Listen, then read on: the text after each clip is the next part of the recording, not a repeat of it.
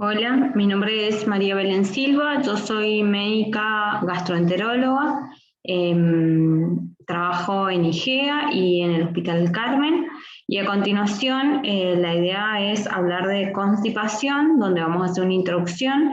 Los objetivos de la charla son hacer una definición de constipación, su presentación clínica, entender la fisiopatología, los tipos de constipación y cómo es la fisiopatología en cada uno de ellos, entender un poco el algoritmo diagnóstico, si bien no viene al caso de la clase y del tema que están viendo, pero entendiendo la fisiopatología también nos va a orientar en el algoritmo diagnóstico que debemos realizar con estos pacientes.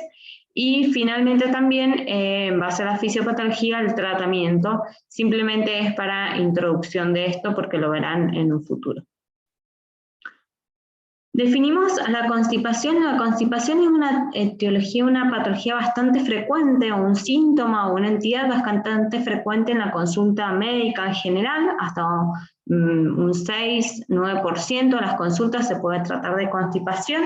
Esto es mucho más frecuente en mujeres, 2,5 veces más frecuente en mujeres, y también aumenta con la edad. En mayores de 65 años aumenta su frecuencia. La constipación puede ser un síntoma de una patología sistémica, una enfermedad sistémica, o puede ser formar parte de un síndrome o una entidad. Si definimos a la constipación como una defecación no satisfactoria, es la sensación de evacuación incompleta. O sea, el paciente refiere que tiene o evacuaciones poco frecuentes, ¿sí? Menos de 3 veces por semana, o muchas veces lo que él refiere, el paciente puede evacuar todos los días, pero lo que tiene es dificultad en la expulsión, o ambas. Y la dificultad en la expulsión lo refiere como una sensación de obstrucción anorrectal, y algunos pacientes, y esto es muy importante realizarlo al interrogatorio porque esto muchas veces da vergüenza decirlo, necesita realizar maniobras manuales para conseguir la evacuación. Es importante que ustedes como médicos conozcan esta escala, que tal vez ahora no es relevante, pero es importante que les suene, que la conozcan para interrogar, que es la escala de Bristol de ese, ¿sí? Esta escala se hizo en Inglaterra, se interrogó a los pacientes, se llegó a obtener esta escala donde hay 7 tipos, donde el tipo 1 y el tipo 2 está caracterizado por constipación, ¿sí? En los pacientes constipados. Entonces es importante entenderlo, y también nos sirve para cuando uno utiliza distintas medidas farmacológicas o higiénico-dietéticas, o al paciente distintas intervenciones que hagamos como médicos, también nos sirve de control para en las consultas posteriores evaluar si hubo un cambio en la escala de Bristol donde hubo mejoría. En general, tipo 3, 4 y 5 se consideran normal, y tipo 6, 7 podemos decir que es diarrea. Entonces, simplemente esto es para que lo recuerden y lo tengan en cuenta cuando interrogan a los pacientes por esta entidad, por constipación. Podemos definir de acuerdo al tiempo la constipación como aguda, cuando es menos de una semana, y esto tenemos que hacer mucho hincapié en que si el paciente es mayor de 50 años es un signo de alarma, un cambio evacuatorio en menos de inicio reciente es un signo de alarma, entonces hay que hacer estudios exhaustivos como colonoscopía.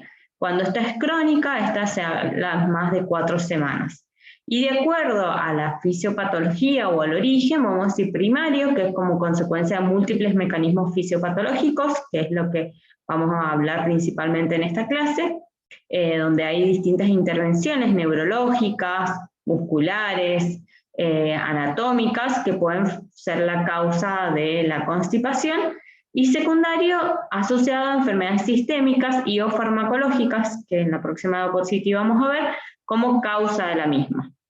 Entonces, dentro de los medicamentos, acá vemos que hay un montón de fármacos que pueden generar constipación: antiparkinsonianos, analgésicos, antihipertensivos, antidepresivos, ¿sí? Diuréticos, trastornos metabólicos como diabetes, hipotiroidismo. Todo paciente que consulta por constipación debemos hacer estudios de tiroides, de medir el calcio a nivel sistémico, o sea, hay muchísimas causas, trastornos anorrectales, o sea, patologías hemorroidal, lesiones o fisuras anales, sí que pueden generar constipación, trastornos psiquiátricos, ¿sí? Trastornos neurológicos como esclerosis múltiple, enfermedad de Parkinson, lesiones medulares a nivel de la médula espinal, son causas de constipación, esclerodermia, enfermedades del tejido conectivo. Entonces, es importante siempre interrogar y tener en cuenta esto, porque muchas veces podemos hacer pequeñas intervenciones o tratar o modificar el fármaco que le estamos dando al paciente, si se puede, o tratar el hipotiroidismo en ese caso, y vamos a tratar el síntoma que sería la constipación. Entonces, cuando tenemos un paciente con constipación, recordar que primero debemos descartar o pensar en las etiologías secundarias. Y en segundo lugar, vamos a pensar, si este paciente descartamos las etiologías secundarias, que esta constipación puede ser una constipación crónica funcional, que forma parte del espectro de los trastornos funcionales del tubo digestivo, que ya van a tener otras clases, como la dispepsia, la enfermedad por reflujo, el síndrome intestino irritable, y de hecho una entidad dentro del síndrome intestino irritable se presenta como constipación. Entonces, aquellos pacientes que tienen constipación y dolor abdominal forman parte del espectro de síndrome intestino irritable. Y también hay un grupo de pacientes donde tienen un trastorno, tienen constipación, donde el trastorno está asociado con la defecación, con el ejercicio o con el efecto de la defecación, que se llama disinergia defecatoria. Y resolviendo ese trastorno evacuatorio, resolvemos la constipación.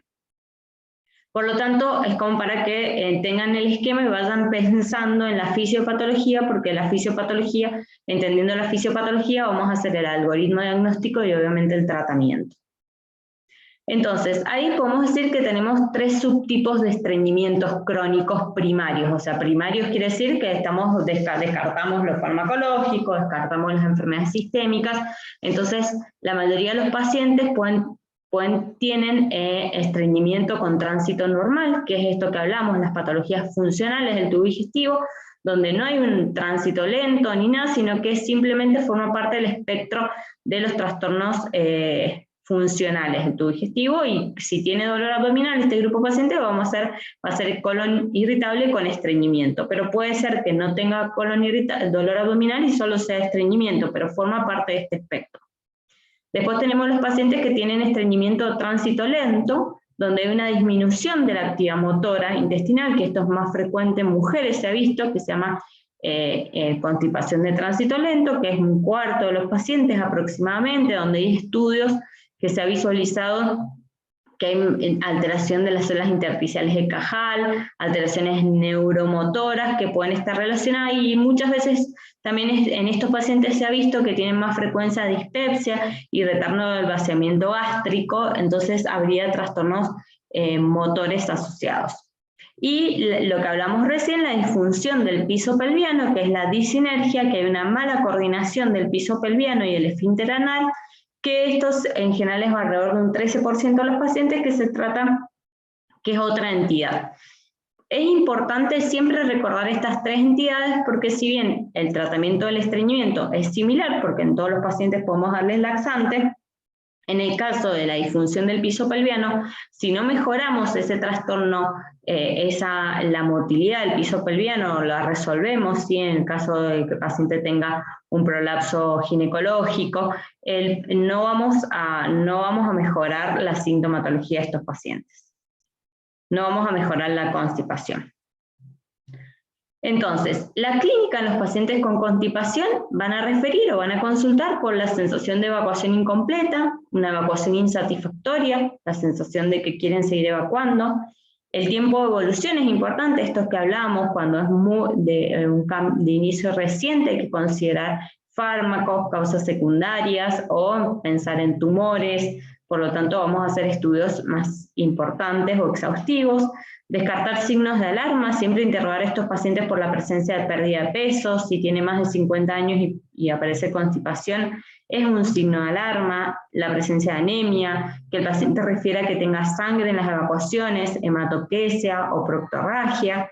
que haya un cambio reciente, esto que decíamos recién, y los antecedentes familiares de cáncer de colon. Siempre debemos interrogar esto, porque obviamente la constipación en este paciente no va a ser una causa primaria, sino que va a ser secundaria, ¿sí? Si tiene un cáncer de colon, la causa de su constipación es el cáncer de colon, por lo tanto debemos tratar el cáncer de colon y resolverlo.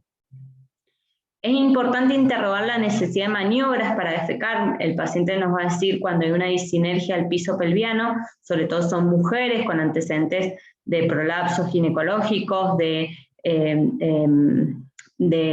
problemas obstétricos, o sea que han tenido fetos muy grandes, ¿sí? Que hayan al momento de tener a sus hijos. Entonces es importante interrogar esas cosas, es importante interrogarlo para sospecharlo porque el algoritmo diagnóstico y el tratamiento va a ser diferente. Síntomas asociados, estos pacientes, por ejemplo, en el colon irritable pueden tener dolor abdominal, acompañante o alternancia vacatoria. El paciente a veces tiene constipación y a veces tiene diarrea, entonces esto sería un colon irritable, ¿sí? Y interrogar esto, antecedentes patológicos, antecedentes quirúrgicos, los fármacos que toma, sí que pueden ser la causa. Si es una enfermedad de Parkinson, probablemente sea una causa secundaria, si tiene esclerosis múltiple, si tiene cirugía de la columna o traumatismo de columna, sí es importante interrogar. Entonces, también es importante interrogar a los pacientes cómo evacúan, ¿sí? El paciente que tiene una constipación que es normal, que no tiene un trastorno evacuatorio en la constipación, van a ser el paciente 1 o 2, o sea, dice, se va a sentar y por ahí no tiene el deseo de evacuar, pero no tiene que tomar posiciones específicas. En cambio, el paciente que tiene que tomar la posición 4 o 5, eso nos hace sospechar que el paciente pueda tener un trastorno evacuatorio que es del piso pelviano. Entonces también esto es importante en el interrogatorio.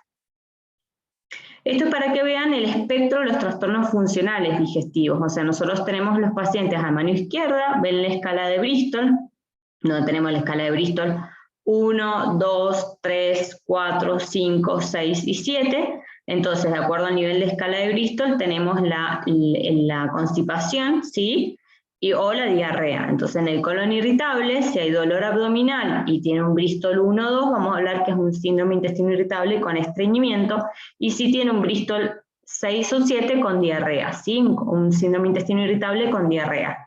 Si el paciente dice que alterna, que a veces va del Bristol 1 o 2 y a veces al 6 o 7, estamos hablando de un colon irritable mixto.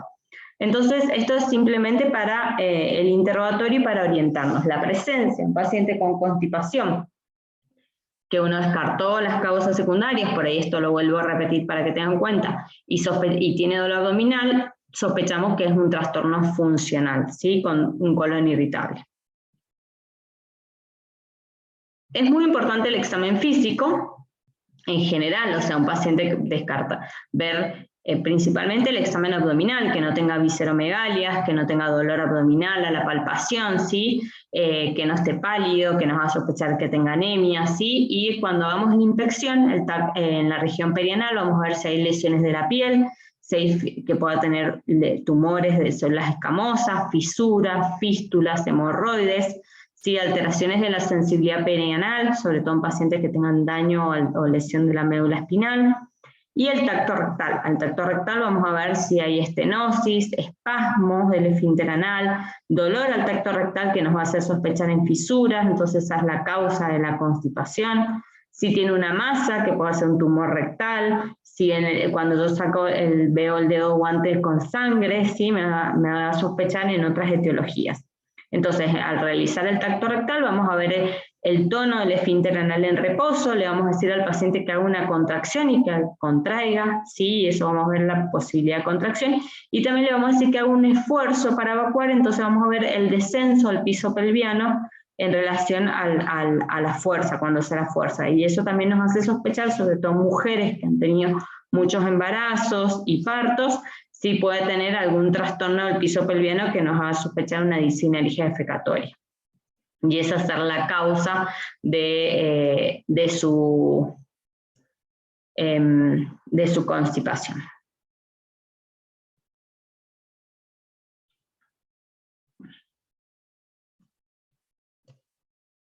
Entonces, para entender un poco la constipación, a mí me parece importante que ustedes entiendan y que conozcan la fisiología de la defecación. ¿Por qué? Porque una entidad muy frecuente, si bien voy a ser bastante reiterativo, es la defecación. La defecación es un acto coordinado que es complejo, que requiere movimientos propulsivos del colon, donde el colon generalmente se activan los movimientos colónicos.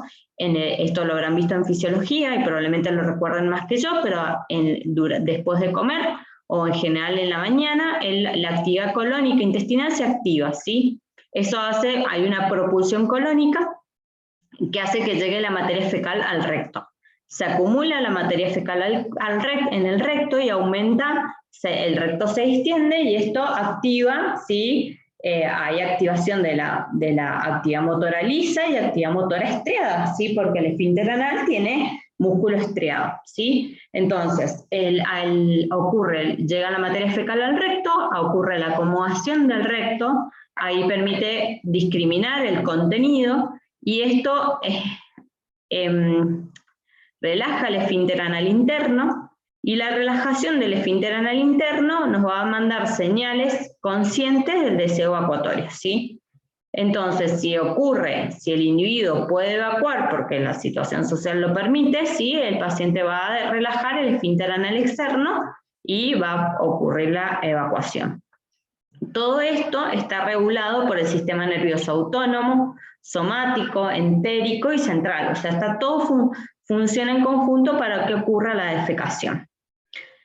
Entonces, acá yo les muestro, acá ven a la izquierda, en reposo, tenemos el recto y el ángulo entre el recto y el ano tiene esta característica, ¿sí? Es más agudo, por decirlo así, está más cerrado. Cuando nosotros aparece el deseo de defecar, la ampolla rectal se llena, esto aumenta la presión a nivel del recto, esto aumenta en la posición de defecar, cuando hacemos el esfuerzo de defecar, ¿sí? Desciende a descender el piso pelviano, el suelo pelviano, y en realidad si nos pusiéramos en posición de cuclillas, que es la posición fisiológica evacuar, el ángulo entre el recto y el ano es más obtuso, y favorece a la evacuación. Se relaja el esfínter anal interno, se relaja el esfínter anal externo, y por las propulsiones colónicas más el esfuerzo de la fuerza abdominal, porque es muy importante el papel de la fuerza abdominal, empuja y ocurre el efecto de defecar. ¿Por qué yo insisto en esto? Porque una de las etiologías es la disinergia defecatoria. En la disinergia defecatoria estos mecanismos fallan y hacen que el paciente tenga un trastorno evacuatorio. Y muchas veces el paciente, un tratamiento es resolver la disinergia defecatoria, porque si no resolvemos la propulsión abdominal, o si el paciente en vez de relajar el esfínter anal externo lo contrae, aunque le demos laxante no vamos a resolver el problema. Entonces, la fisiología de la constipación, o sea, la fisiopatología, es entender que es una enfermedad compleja y multifactorial, o sea, esto que le estoy explicando. Es importante recordar que el acto de defecación es complejo e involucra múltiples estructuras neuromusculares que se coordinan, ¿sí? Y está influenciado por el sistema nervioso autónomo, músculo liso, músculo estriado, ¿sí? Y está influenciado por el contenido de agua, el volumen de las heces, la ingesta calórica, la microbiota intestinal y trastornos psicológicos y conductuales del individuo. Entonces, todos estos factores afectan o pueden alterar, perdón que ahí escribí mal constipación, pueden ser causas o motivos dentro de la fisiopatología de la constipación. Y entender el mecanismo, que a veces puede ser un solo mecanismo o a veces pueden ser varios, nos va a ayudar a determinar cómo vamos a estudiar y cómo vamos a tratar estos pacientes.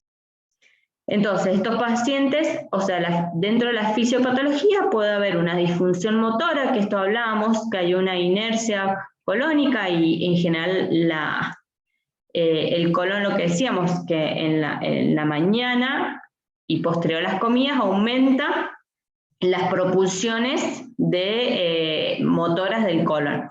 Algunos pacientes esta actividad no está aumentada o es más lenta o hay una inercia colónica y forma parte de la fisiopatología, ¿sí?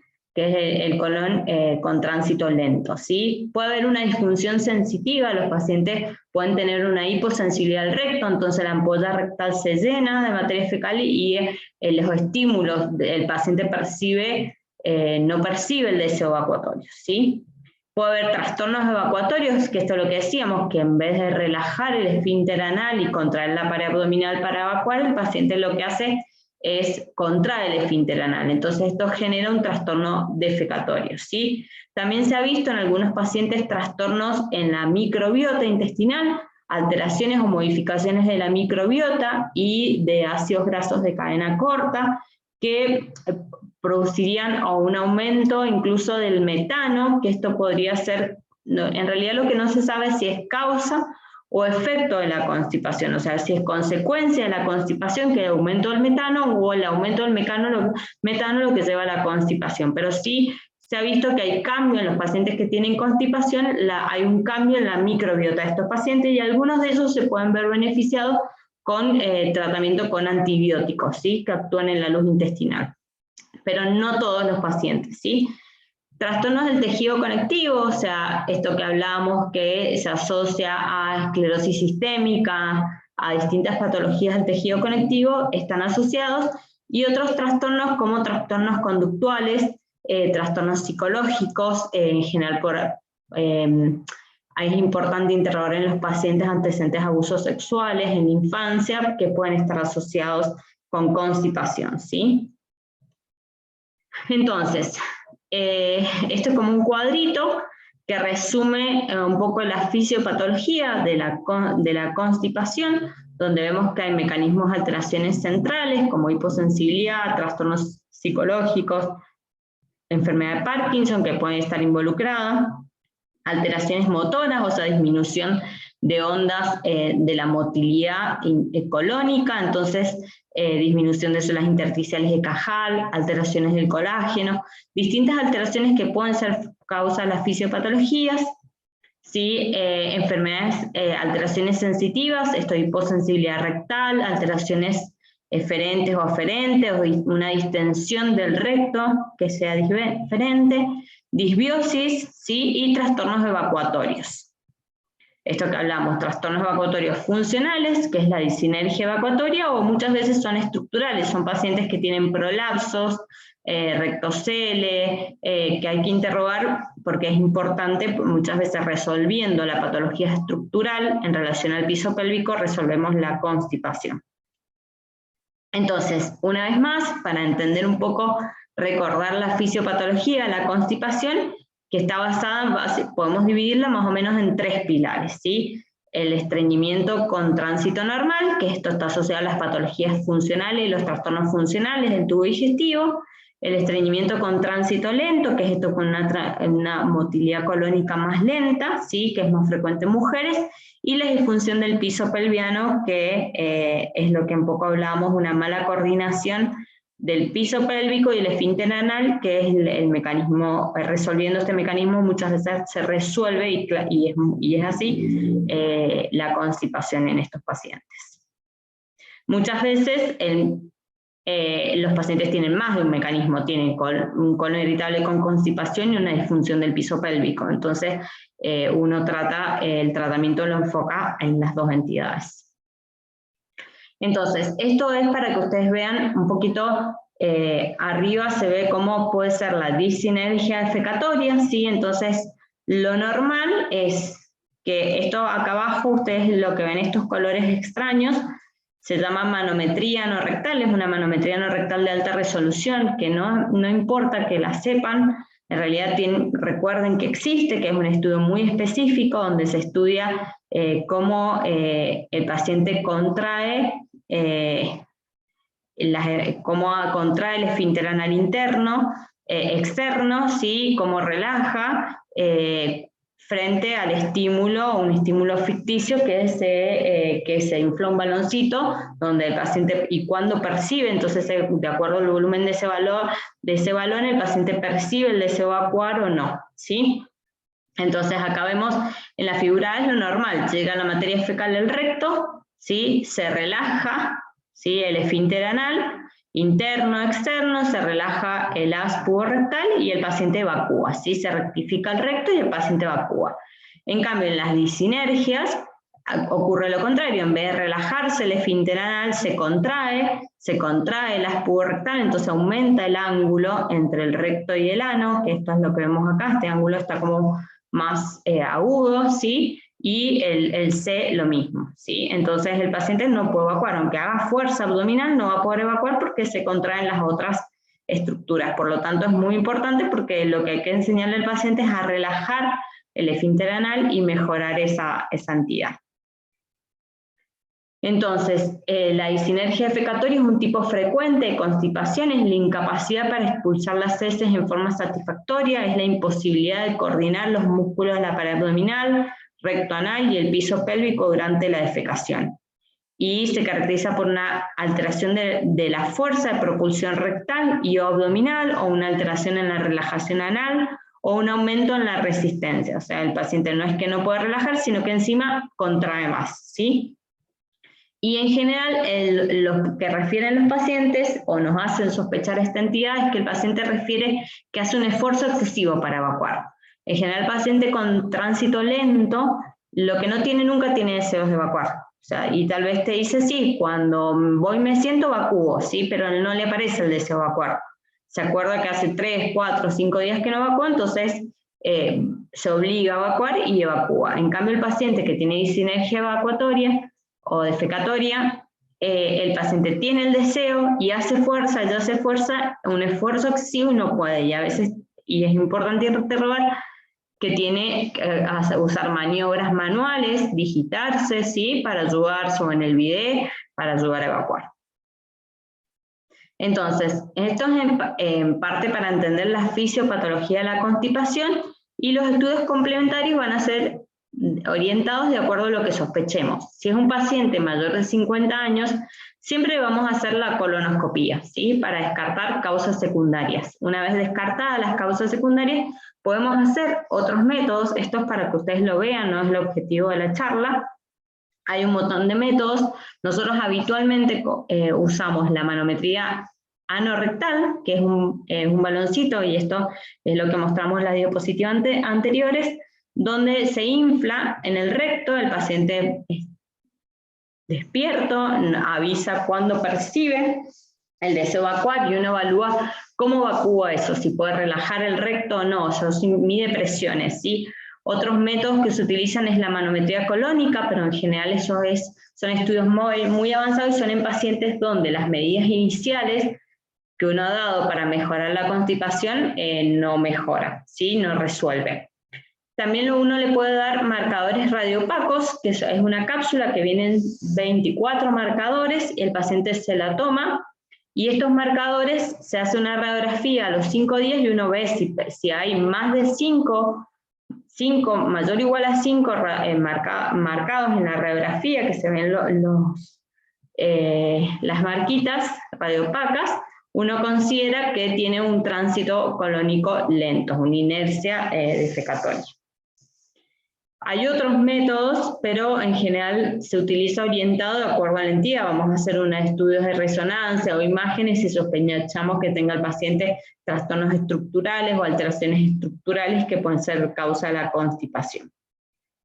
El tratamiento es importante corregir las alteraciones secundarias que lo provocan. Esto decimos, si el paciente tiene un hipotiroidismo, si tiene una diabetes, controlar la diabetes, si le dimos un fármaco que los constipa, como por ejemplo un antidepresivo, como los antidepresivos tricíclicos, los antipsicóticos, o sea que pueden constiparlo, ver si se puede modificar la medicación. Hay un grupo de pacientes que está asociado a la ingesta de opioides, y en Estados Unidos es una entidad bastante frecuente, la constipación por el uso de opioides, entonces deberíamos ver si esta es la medicación que está utilizando, o hacer el tratamiento o modificar la medicación. Es importante mejorar los síntomas y la calidad de vida de los pacientes, porque muchos pacientes lo resuelven con pequeñas medidas, pero muchos de ellos tienen trastornos importantes y altera su calidad de vida. Es importante, o sea, indicarle al paciente realizar ejercicio, mejorar la postura al momento de la evacuación, realizar maniobras de pujo sin esfuerzo excesivo, ¿sí? estimular la evacuación al despertar, esto que decíamos que el intestino, el colon, activa su motilidad en general en la mañana y posterior a la ingesta, entonces generalmente posterior al desayuno, posterior al almuerzo, entonces estimular las evacuaciones en esos momentos, a indicar un consumo adecuado de agua y de fibra, pero recordar al paciente que no le podemos dar grandes cantidades de fibra porque también la fibra genera mucha distensión abdominal y vamos a empeorar, si tiene un colon irritable, la distensión y va a empeorar síntomas que le van a molestar. Entonces, en todo paciente que tenga constipación, ¿sí? Crónica, porque en lo agudo, como ya dijimos, vamos a descartar causas secundarias, pero siempre descartar causas secundarias, o sea, interrogar al paciente y descartar otras causas, hacer medidas higiénicas básicas, indicar fibra, o sea, interrogar la cantidad de ingesta de fibra que está haciendo, y se puede dar laxantes osmóticos o agentes de volumen que se llaman psyllium o fibra soluble, polietilenglicol, ¿sí? Podemos utilizar. Si aún así el paciente no responde, en general esto del tratamiento ya es más del especialista, pero de acuerdo al interrogatorio vamos a ver si hay un trastorno colónico, una inercia colónica, un trastorno estructural específico, ¿sí? O una disinergia defecatoria. Entonces, de acuerdo a esto, vamos a prescribir el tratamiento para el paciente de acuerdo a la entidad que sospechemos o que diagnostiquemos. Bueno, espero que les sirva. Muchas gracias.